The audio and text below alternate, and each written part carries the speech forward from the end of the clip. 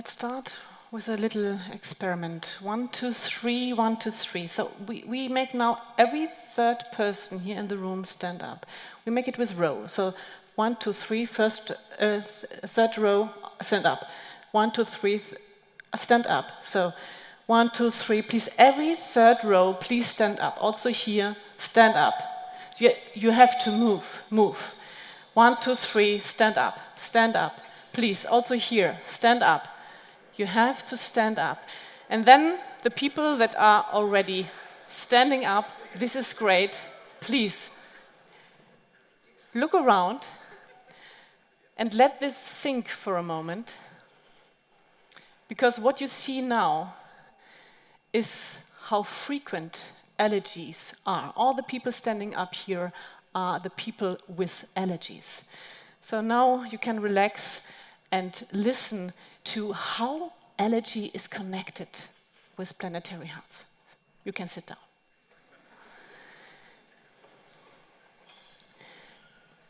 So to start with, 3 key facts for allergies. First of all, allergy is common. Indeed, in Germany we have 25 million people that are allergic. And 5 million of those are beyond 18 years, meaning the future in Germany is allergic. Second, allergy is annoying because people that are suffering from allergic diseases, they cannot concentrate. When the nose is running, when the eyes are itching, when they are breathless. And third, and this is the good news, allergy is treatable, preventable. And preventable by inducing tolerance, by educating the immune system, and by planetary health. So by saving the environment, we can prevent allergies. Seems strange to you? I will explain it to you. So let's start with what is an allergy? So for those of you who are allergic, they could tell this as well, but I will take this over today. So allergy can be asthma. It can be conjunctivitis. It can be rhinitis. It can be even esophagitis. And it can be also anaphylaxis. Symptoms are as diverse. So symptoms can be breathlessness, itchy eyes, itchy nose, running eyes, and shock. From the point of view of the immune system, allergy is a loss of tolerance towards environmental factors. So at the end, it's nothing else than a mistake of the immune system. So what induces allergies? So everything in the environment can induce allergies. In principle, really everything. The most common inducers are pollen from birch or grasses, mites in the house dust, or food, or drugs. All this can induce allergies. Now the question is, why are allergies so common? So let me tell you that in principle, 50 years ago, allergy was a rare disease. And with urbanization, with modernization, with globalization, allergy evolved, and today it's a major threat. We have in Europe 200 million people suffering from allergic disease. And with urbanization, with modernization, there were coming so many factors that are propagating allergic disease. I will bring you 3 main facts. First of all, the increase of pollutants. So pollutants, you know, that we have from incomplete combustion, from industry. So we have all these pollutants like diesel soot particles. We have ultrafine particles. But we have also a lot of chemicals. So did you know that since the middle of the last century, we have 350,000 new chemicals that came into our daily life. Detergents in your toothpaste, in your dishwasher. And all these pollutants, what they are doing is, they are making our skin leaky. Leaky skin means that only through this leaky skin and leaky mucosa, these factors that are inducing allergies, pollen, mites, as I told you, they can now penetrate the skin and they're getting into contact with the immune system. And then this mistake starts.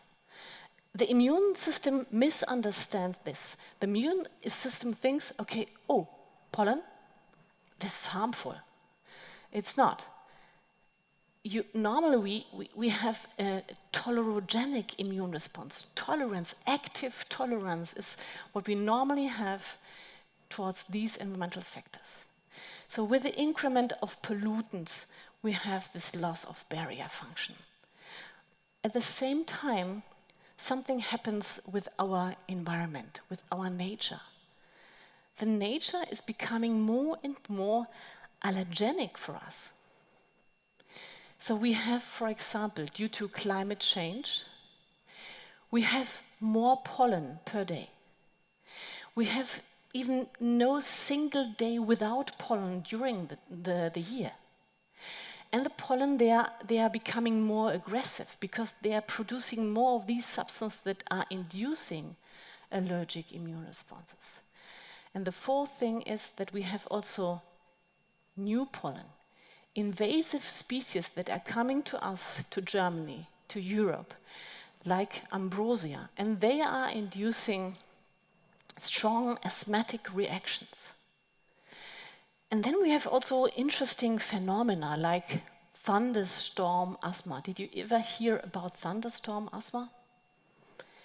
Okay, so I will explain it. So thunderstorm asthma simply is asthma when there's thunderstorm. What happens is that the pollen are exploding and landing in deeper areas of the lung, and then the lung has a strong asthma and you can even die from this. And then we have also totally new allergies.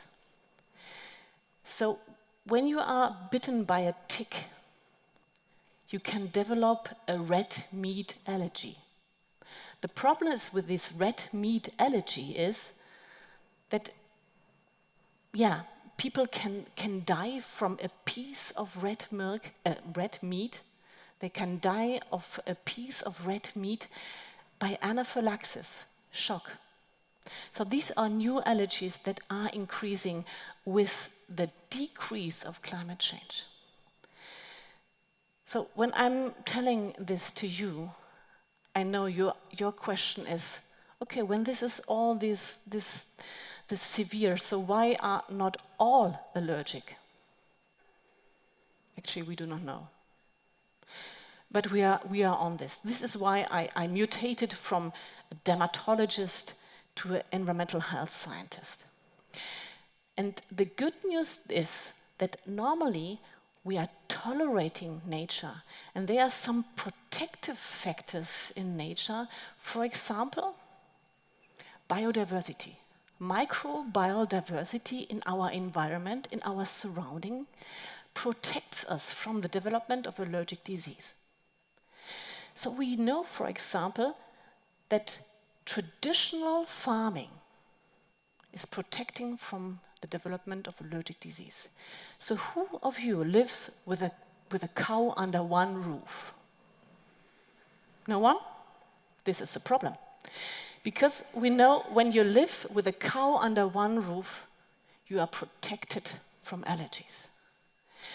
And we also know that there are other protective factors. It's diversity not only in the big surrounding, but also on our skin. The microbial diversity on your skin, in your gut, is decreasing when you are developing allergic disease. So this loss of biodiversity is central. Another good example is dogs. Dogs are making our macro environment more biodiverse. So 2 dogs are better than 1 dog. This is what studies show. Don't tell this to my son, because he wants always a dog. So don't tell him. So, but it's all about this biodiversity we are losing with climate change. We are losing these protective factors. So we have more pollutants, more these allergenic factors from danger, and less of these protective factors. So we, as medical doctors and environmental health scientists, we are leveraging this knowledge in order to treat patients and to keep them also healthy. So now I will put on my white coat as medical doctor and give you some advice what you can do in order to get cured, and also how you can avoid to get allergic. Don't worry, no extra charge for this. Okay, first of all, when you are allergic, go to the doctor.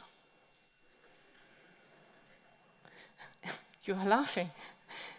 But it's not that simple. We did a study in Augsburg, and over 300 people we asked, and the message we got from the patients is that the patients are trivializing their disease, especially men. So go to the doctor. Second, when you are pregnant, this is now only for the females. So when you are pregnant, please eat diverse, eat a plant-based diet, eat a lot of fibers in order to get your microbiome on the skin, in your gut, biodiverse. Do not smoke. This is also important. Do not smoke while you are pregnant. Smoking in general is not good. Then, when your child is born, when you can, breastfeed it for 3 months. And then try to introduce as diverse food as you can. The more diverse the food is in the first and second year of life, the better it is.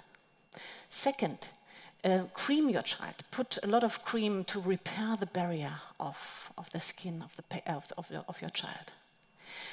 And all this can help to prevent allergic diseases. So indeed, you see that planetary health is closely connected to human health. And when we protect our planet, we can also protect our health. Means that we really have to do everything, really everything, to have a healthy environment for healthy people. So I call on you, I call on us to protect the health of our planet, for the health of our children, and for our livelihood on this beautiful planet. Thank you.